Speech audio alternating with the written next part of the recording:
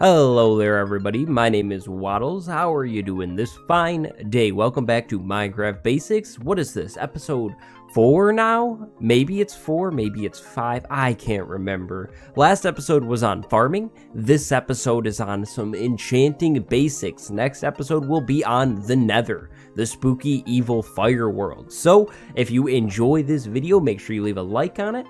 If you really enjoyed this video, make sure you subscribe if you haven't already, and let's swing into some enchanting basics. And we have landed in our basic world outside of our wonderful dirt mansion. And today we have some enchanting basics. Now we're going to run through enchanting, kind of answer some questions as to what even is chanting. This is not Skyrim. What even is enchanting? You can't chant in Minecraft, I guess. Well, I mean, technically you could if you had a mic and you were screaming at your monitor. Okay, that's besides the point. Enchanting. What is enchanting? Well, enchanting is putting magical powers on your tools or weapons or armor to make it better. You do it with an enchanting table, pretty easy, and then bookshelves. You can put bookshelves around your enchanting table to make your enchantments from the table get even better, even more levels, and even stronger, basically. So, what do you need to enchant? Well, you need levels, and you need lapis. Lapis is what basically you pay the enchantment table, and levels are what you also pay the enchantment table. So get yourself some levels, get yourself some lapis, and then you can go and enchant these things. Now, I mean, you can enchant a lot of things. You can enchant way more than just these things, but these are some basic things you might be looking at to enchant. Your sword, your shovel, hopefully not your diamond hoe, but if you want, then your axe and your pickaxe. I always go for the pickaxe first and then the sword. Then I do shovel and axe, then hoe. That's the order I would enchant those things in. Then you could enchant your elytra if you're really far along and you haven't enchanted a single thing. Well, props to you. Enchant that elytra. And a bow. Definitely enchant a bow. Get some stacked enchants on it. And then your armor. You can enchant your armor as well. Now, another thing you can do is enchant books. You can get enchantments on books and then use the books later to enchant things, which we'll talk about in just a minute. So, moving on. If you have bookshelves around your enchantment table, you will get better enchantments, like we just talked about. So if I have my lapis and I have my sword, if I go over here and I throw my sword into this enchantment table, we get level 3 enchant, a level 6 enchant, and a level 4 enchant. That's pretty darn weak.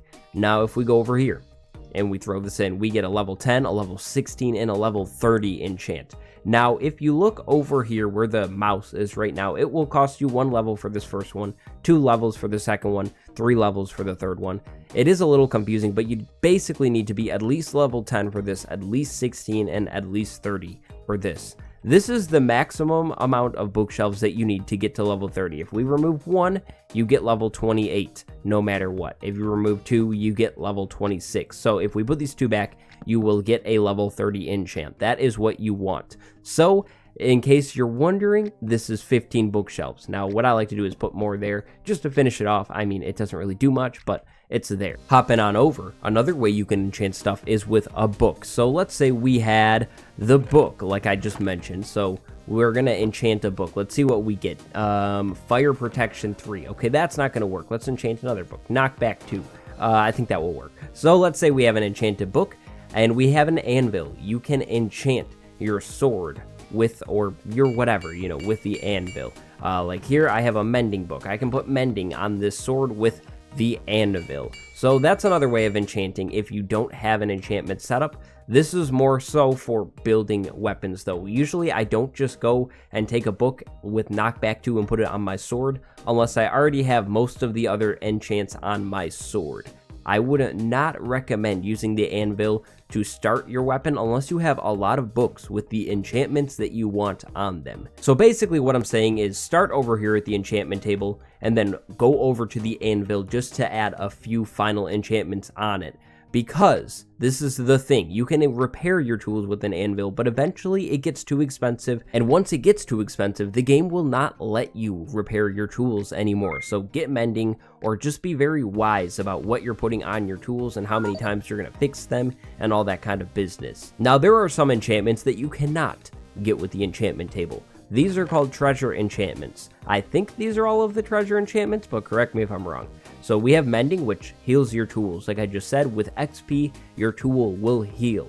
Then we have Frostwalker 2, which basically is really awesome. Probably the coolest enchantment, but if we have Frostwalker on boots, so let's take a Frostwalker 2 book, and let's take our boots, and then watch what happens when we walk over water. This is really, really awesome, I think. It's not all that useful, honestly, unless you're running across an ocean or you have friends, but what you can do with Frostwalker is turn the water into ice, so you can walk right across that river and get to the mesa. It's kind of cool. The ice goes away after a little while, it cracks and then it goes away, but it's a neat enchantment. So you cannot get that from the enchantment table either. You will have to find that in a village and a chest of loot in somewhere. Then these are called, what are they called? These are called curses. It says it right there.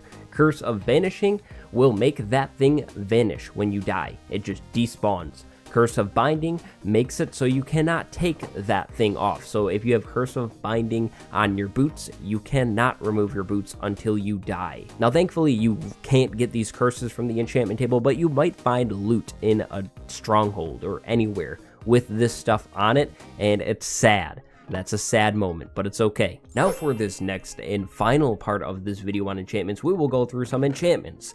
Now I will be linking the Wikipedia to Enchantments, the Minecraft wiki, down in the description. We're not going to go through all of them, and we're just going to breeze through these off the top of my head. So let's see how good I do. Now, a lot of enchantments have different levels. I didn't talk about this, but there will be like sharpness 1 through 5. 5 just means it's stronger than 4. 4 is stronger than 3, and so on. Now, let's see how many I can get off the top of my head. Sharpness makes your sword or weapon stronger, basically. Each hit does more. Smite 5 makes your sword better against skeletons. Bane of Arthropods makes your sword better against spiders. Knockback 2 knocks enemies back when you hit them. It bounces them away from you. Fire Aspect 2 sets them on fire. Looting 3 makes them drop more things. So instead of dropping 1 bone, maybe they drop 3 bones. And Sweeping Edge 3, which is really interesting. When you swing your sword, you have a little swipe, and Sweeping Edge 3 makes that swipe damage as much as the initial hit, if that makes sense. So those are all enchants you can put on your weapon. These are enchants you can put on your bow. Unbreaking 3 makes it break slower. Unbreaking 3 can pretty much go on everything. Power of 4 makes your bow stronger. Punch 2 makes your bow have a knockback effect. It pushes things away when you hit them. Flame sets things on fire. Haha, how evil. Infinity makes it so you only need 1 arrow in your inventory. Basically, when you shoot an arrow, it does not take an arrow out of your inventory. This is insanely useful. These bottom enchants here are for your tools, like your pickaxe. Efficiency 4 speeds up the use time or the break time, so you're mining with a pickaxe, things are way faster. Silk Touch gives you the block you're mining, so instead of mining this and I would get dirt, I would get a grass block.